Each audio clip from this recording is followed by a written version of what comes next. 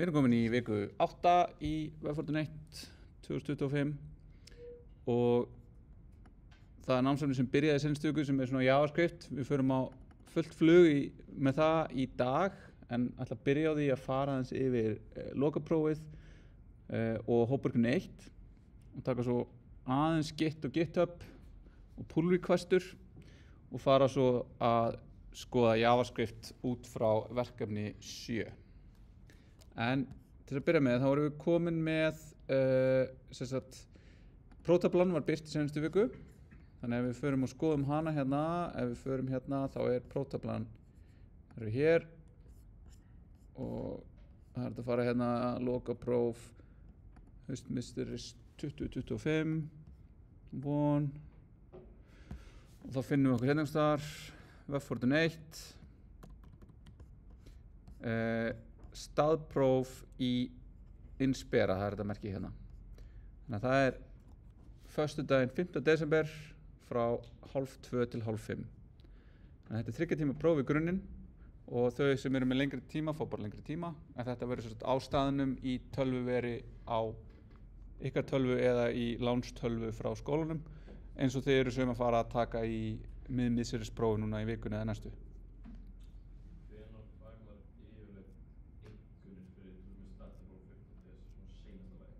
Samkvæmt reglum háskólans þá eru 2 vikum eftir prófdaginn. Þá þarf kennari að vera búinn að skila. Þetta séu samt ekki viðurlög nema bara það að má byrja að bugga viðkomandi kennara aggressíft ef að það fer. En ég hef alltaf náð að halda því, þannig að það er í seinasta lagi 2 vikum eftir. Síðan eru hérna endurtektapróf og sjúkrapróf í framhaldinu. Ég held að sé bara í lok byrjun janúar eða lok, já. Þannig að það er bara allt í góðu og bara minnist á það aftur núna ef að þið eru eitthvað óviss með verkefnaskilin ykkar eða finnst ykkur ekki ganga nógu vel, þá er mjög góð tími núna til að koma að tala við mig eða við námsráðgjafa og bara fara yfir málun og sjá hvað er. Þegar ef að það komi hana vikunum fyrir prófið eða eitthvað þá er það orðið heldur seint til þess að gera einhverja breytingar eða aðlaganir fyrir ykkur. Það er alltaf hægt að finna út úr öllu, bara ef við tölum saman. Þannig að það, já, ég veit ekki af hverju ég get ýtt á þetta, en þetta verður í Inspera og þannig að þið bara opni prófið og það verður í raun 3-skipt og ég ætlaði bara að fara hratt yfir það núna af því að ég er búinn að opna pröfupróf sem þið getið skoðað, sem er bara afrita prófunu frá því fyrra og það verður bara opið fram yfir lokaprófsdagsninguna. Þannig að þið getið farið núna, sé hvernig það er og það verður að forminu til alveg eins, nema eitthvað mikið gerist og þá læt ég eitthvað sérstaklega að þið vita að eitthvað breytist í forminu. Þannig að ef við förum hérna síðan inn á Uglu og undir námskeiðið þar, að þá eru, hérna getið þið séð prófsafnið, eða prófasafnið og hér eru öll prófin sem hafa verið síðan 2013 þegar ég byrjaði að kenna áfangan. Ég hef skrifað ekki prófið 2019 en ég hef skrifað öll hinn prófin. Ég er búinn að byrja það á þessi hérna, nei þau eru hérna inni, þetta er eitthvað forsíður hérna, en þannig að við getum skoða prófið frá því hitti fyrra. Og þá er það bara PDF export úr Inspera. Þannig að þá sjáum við hérna að þetta eru krossorspurningar og úr krossorspurningunum yfir í einhverja svona samtengingar sem að ég er gaman að nýta þessa tækni að geta sett svona en síðan einhverja svona forritunarspurningu já, byrjum við já, ég er greinilega að þetta er eitthvað skrítið export hérna ég veit ekki hvort ég hef gert það því að það er vá datt hann út eða gerist eitthvað mjög skrítið að sjá þessu prófi já nei, PDF-skjali en ekki sjá það innan Inspera eins og það myndi byrjast til okkur þannig það kemur, já, þannig að þetta er hérna og þessar spurningar hér, þú veist, eins og hérna select alternative, þá hérna allir alternativenir Þannig að þið getið skoðað þetta þarna og ef það er eitthvað þá bara heyrið í mér. En ég er sem sagt líka búin að, þú veist, seinustu ár hef ég alltaf farið yfir próf seinustu árs í tíma, þannig að það er til upptökur af mér að fara yfir öll lokaprófin sem eru þarna inni. Síðan 2015. Ok. Hvað gerðist 2019? Já, af hverju varstu ekki að skrifa? Ég bara tók mig pásu frá því að kenna. Ég skipti um vinnu og ákvað, það var ómikið að byrja nýri vinnu og vera að kenna. Já, þannig að Inspera. Þannig að þá er það hi.inspera.com og þið skráið ykkur hérna.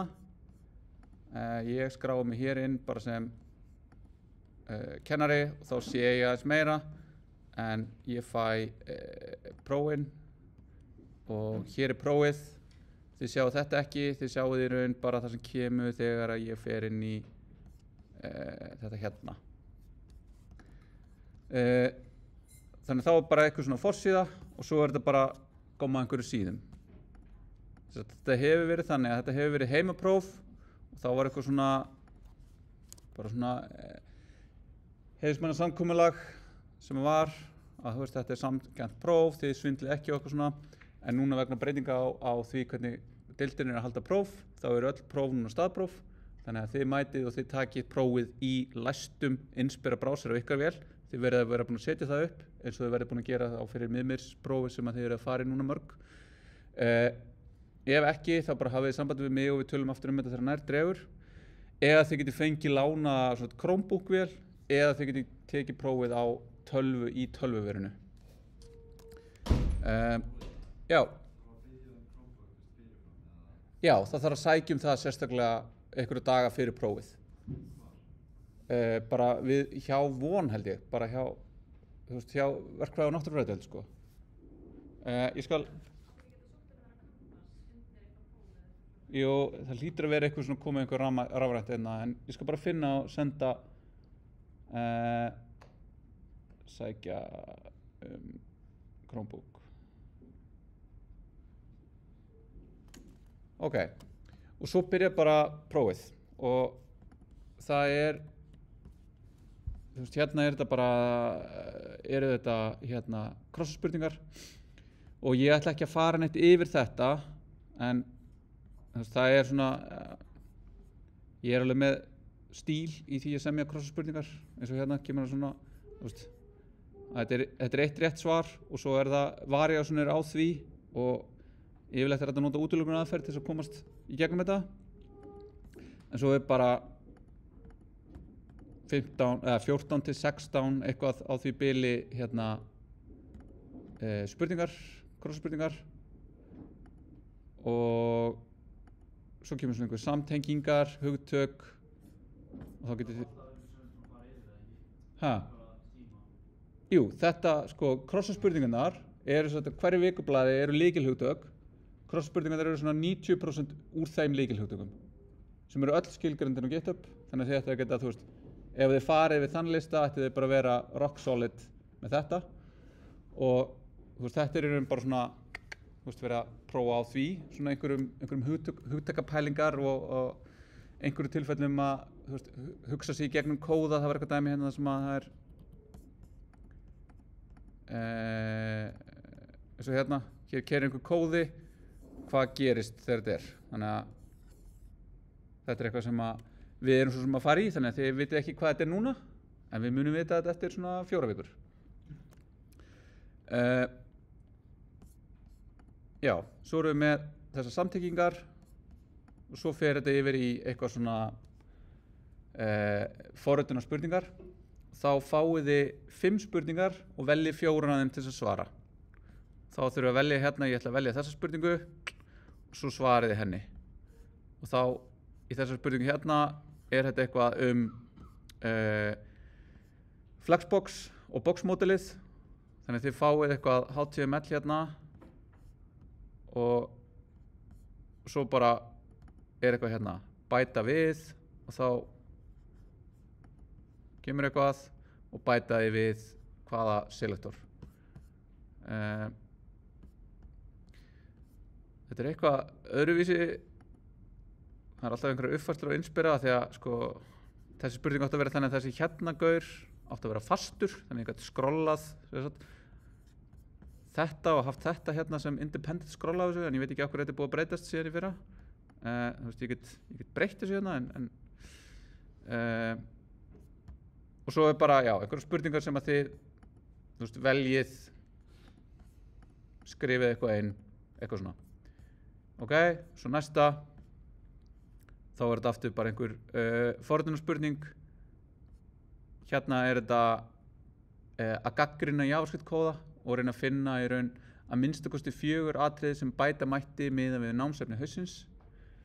Og þá er þetta í raun ekki að skrifa kóða, heldur að lesa kóða og túlka og koma með eitthvað hvað mætti betur fara. Þá er það hérna, þá bara svaraði því. Hvað gildir þetta mikið? Hver af þessum spurningum hér gilda 12% hver, vantar endar hérna 12% uppi. Krossa. Já, svo að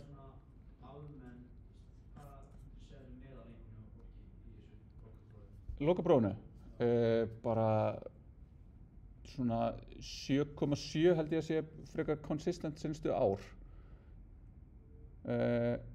Dreifingin hefur verið nokkuð góð sko, en hérna, já, einhvers staðar í kringum 8, segjum það. Já, ég meina að þú veist, ef þið eru búin að sinna þessu, þá er þetta ekki erfitt próf. Ég er ekki að gera þetta sem erfitt próf. Það er alveg erfiðir partar af því, en margt af þessu er bara frekar svona innan gæsalappa basic, en maður er búin að vera að fara í gegnum þetta. En inn á milli eru náttúrulega erfiðar spurningar því að þú veist, prófið á líka að vera, það er erfitt að ná 10 í því. Það er alltaf svona 1-2 nemendur sem ná bara 10 í prófinu, en það er ekki meira en það sko.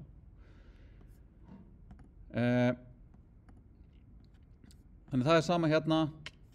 Ég vel spurningar, hérna er eitthvað svona satt, ósatt. Síðan er ritgerðarspurning, möguleiki á því að skrifa bara þetta. Þá er þetta meira út í kannski þessa svona heimspekilegu pælingar sem ég hef verið með hérna í áfanganum og það sem þið eru kannski búin að vera að hugsa og er líka eitthvað í námsefninu og tengist forritun og vefforritun.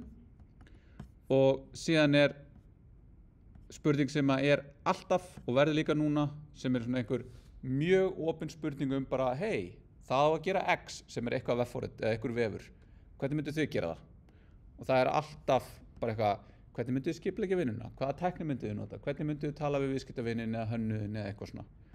Þannig að þið getið preppa svona spurningu og verið bara tilbúin að dundra inn einhverjum texta sem er bara það hvernig þið gerir svona hluti.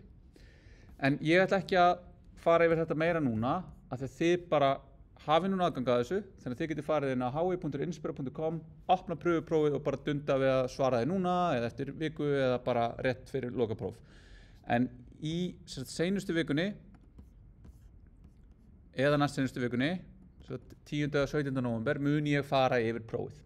Þannig að allavega fyrir það, þá munið fá lausn á prófinu frá mér, munnlega, og getur hvort heldur sem er verið búin að leysa það þá eða ekki mætt og hlusta bara á upptökuna eða gert bæði eða whatever. Já, þannig að þetta er lokaprófið. Þannig að ef það eru einhverjar spurningar þá getið þið bara senda á mig en við förum síðan nánar yfir þetta bara eftir svona, já, sirka mánuð. All right.